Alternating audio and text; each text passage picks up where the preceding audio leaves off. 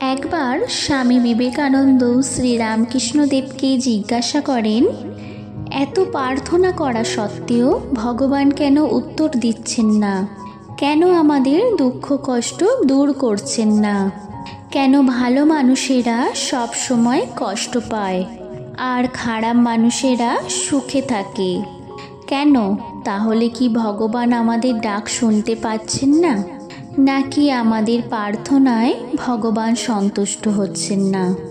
এর উত্তরে শ্রী শ্রী রামকৃষ্ণদেব কি বলেছেন তা আজ এই ভিডিওর মাধ্যমে আপনারা জানতে পারবেন। আজ এই ভিডিওতে শ্রী রামকৃষ্ণদেব ও স্বামী বিবেকানন্দের এক অপূর্ব সুন্দর কথোপকথন তুলে ধরা হয়েছে, যেখানে আপনারা আপনাদের মনের সকল প্রশ্নের উত্তর পাবেন। তাই ভিডিওটি মনোযোগ সহকারে শেষ পর্যন্ত দেখুন।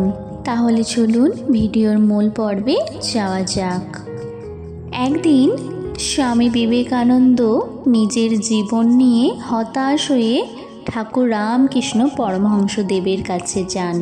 তিনি গুরুকে জীবন সম্পর্কে কিছু প্রশ্ন করেন। স্বামী বিবেকানন্দ বলেন, আমি অবসর সময় খুঁজে পাচ্ছি না। জীবন আমার জন্য কঠিন হয়ে উঠেছে। শ্রীরামকৃষ্ণদেব এর উত্তরে বললেন, কাজ তোমাকে ব্যস্ত করবে, কিন্তু সৃজনশীলতা তোমাকে অবসর দেবে। এবার স্বামী বিবেকানন্দ প্রশ্ন করেন, জীবন কেন এত জটিল? শ্রীরামকৃষ্ণদেব এর উত্তরে বলেন, জীবনের প্রশ্ন করা বন্ধ করো, এটা জীবনকে আরও জটিল করে তোলে। স্বামীজি এবার আরও জিজ্ঞাসা করলেন, কেন আমরা অসুখী? উত্তরে রামকৃষ্ণ পরমহংসদেব বললেন, উদ্বেগ তোমার অভ্যাসে পরিণত হয়েছে, তাই তুমি অসুখী। এবার স্বামীজি জিজ্ঞাসা করলেন, কেন ভালো মানুষেরা সব সময় কষ্ট পান? এর উত্তরে শ্রীরামকৃষ্ণদেব বললেন, ঘর্ষণ ছাড়া হীরা মসৃণ করা যায় না, আগুন ছাড়া সোনা বিশুদ্ধ হয় না। ভালো মানুষ পরীক্ষার মধ্য দিয়ে যায়, এটা তাদের ভোগান্তি নয়। এই অভিজ্ঞতা দিয়ে তাদের জীবন আরও সুন্দর হয়ে যায়, তিক্ত নয়। স্বামী বিবেকানন্দ এবার জিজ্ঞাসা করলেন, আপনি কি বলতে চাইছেন এই রকম অভিজ্ঞতা উপকারী? শ্রীরামকৃষ্ণদেব বললেন, হ্যাঁ, সবসময় অভিজ্ঞতা হলো কঠিন শিক্ষকের মতো। যে শিক্ষক তোমাকে আগে পরীক্ষার সম্মুখীন করে এবং পরে শিক্ষা দেয়। তখন স্বামী বিবেকানন্দ বললেন, অনেক সমস্যার কারণে অনেক সময় আমাদের মনে হয় আমরা কি করছি, কেন করছি, কোথায় যাচ্ছি, কিছুই বুঝতে পারছি না। এটা কেন? শ্রীরামকৃষ্ণদেব বললেন, যদি তুমি বাইরে তাকাও তাহলে বুঝবে না কোথায় যাচ্ছ। যদি ভেতরটা দেখো তাহলে তুমি বুঝতে পারবে তুমি কোথায় যাচ্ছ। চোখ আমাদের দৃষ্টি দেয় আর হৃদয় আমাদের উপায় দেয়। তবে স্বামী বিবেকানন্দ বললেন, অসফলতাকে সফল পথে চলার চেয়েও কি বেশি কষ্টদায়ক? এর উত্তরে রামকৃষ্ণদেব বললেন, সফলতা অন্যদের দ্বারা নির্ধারিত একটি পরিমাপ, আর সন্তুষ্টি নিজের দ্বারা নির্ধারিত একটি পরিমাপ। তবে স্বামীজি জিজ্ঞাসা করলেন, কঠিন সময়ে কিভাবে আপনি অনুপ্রাণিত থাকেন? উত্তরে রামকৃষ্ণদেব বললেন, সর্বদা তুমি কত দূর যেতে পেরেছ তা দেখো। তুমি কত দূর যেতে পারোনি তার হিসেব করতে যেও না। সবসময় তোমাকে কারা ভালোবাসে তা দেখো, কে ভালোবাসে না তার হিসাব করতে যেও না। তখন স্বামী বিবেকানন্দ প্রশ্ন করেন, আচ্ছা গুরুদেব, আপনার মানুষ সম্পর্কে কি অবাক লাগে? তখন শ্রীরামকৃষ্ণদেব বললেন, মানুষ যখন কষ্ট পায় তখন তারা অভিযোগ করে, কেন এই কষ্টই আমাকেই দেওয়া হলো।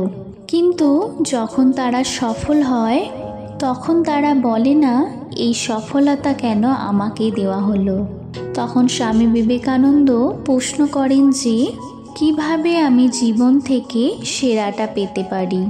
এর উত্তরে রামকৃষ্ণদেব বলেন, তোমার অতীতকে অনুশোচনা ছাড়াই মেনে নাও, আস্থার সঙ্গে তোমার বর্তমান পরিচালনা করো, ভয় ছাড়াই ভবিষ্যতের জন্য প্রস্তুত হও। এবার স্বামী বিবেকানন্দ অত্যন্ত গুরুত্বপূর্ণ একটি প্রশ্ন করেন। তিনি বললেন, কখনো কখনো আমি মনে করি আমার প্রার্থনার উত্তর কেন দেওয়া হয় না।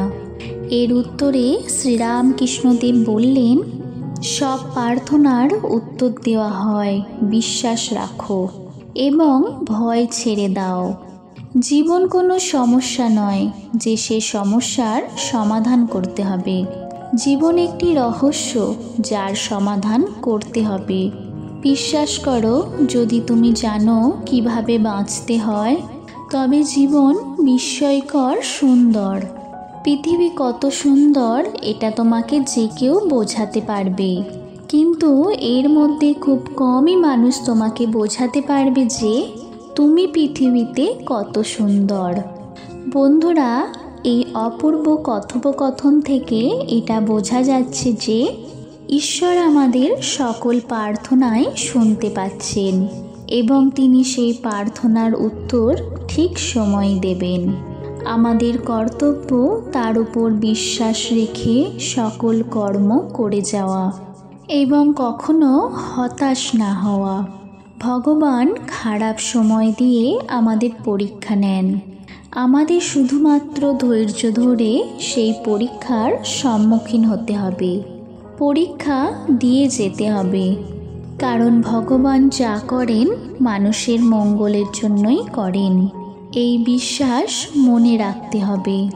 তাহলে দেখবেন আপনার সকল সমস্যার সমাধান হয়ে যাবে। শ্রী শ্রী ঠাকুর আরও বললেন, ঈশ্বরকে বলো, হে ভগবান, আমি ভালো মন্দ কিছুই জানি না, আমার যা অভাব তা তুমি পূরণ করো।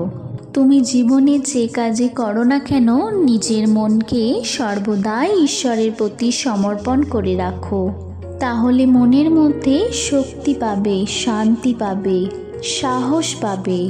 তাই মুখে যতই ভগবানের নাম করো না কেন, যতদিন না পর্যন্ত তুমি সব কিছু আমার বলা ছেড়ে দেবে, সব কিছুই প্রভু তোমার, এটা মন প্রাণ থেকে মেনে নিচ্ছ, ততদিন শুধুমাত্র মিথ্যা ভক্ত সাজার নাটক করছো মাত্র।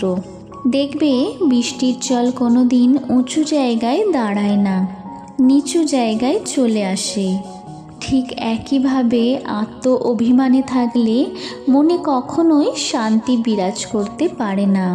যে মানুষ কামিনী কাঞ্চনের মোহে আচ্ছন্ন, সে আর যাই হোক না কেন সে ঈশ্বর প্রেম পরম আনন্দ থেকে নিজেকেও বঞ্চিত রাখেন। তুমি যদি মনের মধ্যে অহংকারের কালো মেঘ পুষে রাখো, স্বয়ং ঈশ্বরও তোমাকে আলোর পথ দেখাতে পারবে না। জীবনে একটু করে হলেও সাধু সৎসঙ্গ করো, তবেই ঠিক পথে চলতে পারবে। একবার যদি ভুল পথে চলে যাও, তবে আর ফিরে আসা বড়ই কঠিন গো। যতক্ষণ তোমার সাথে বাসনা, কামনা, লোভ, মায়া এবং ক্ষোভ বিদ্যমান, ততক্ষণ তুমি ঈশ্বর লাভ থেকে বঞ্চিতই থাকবে। আমার ধর্ম ঠিক আর অন্যের ধর্ম ভুল, এ মত ভালো না বাবা। সবাই ভিন্ন ভিন্ন রাস্তা দিয়ে তো একজনের কাছেই তো যাবে।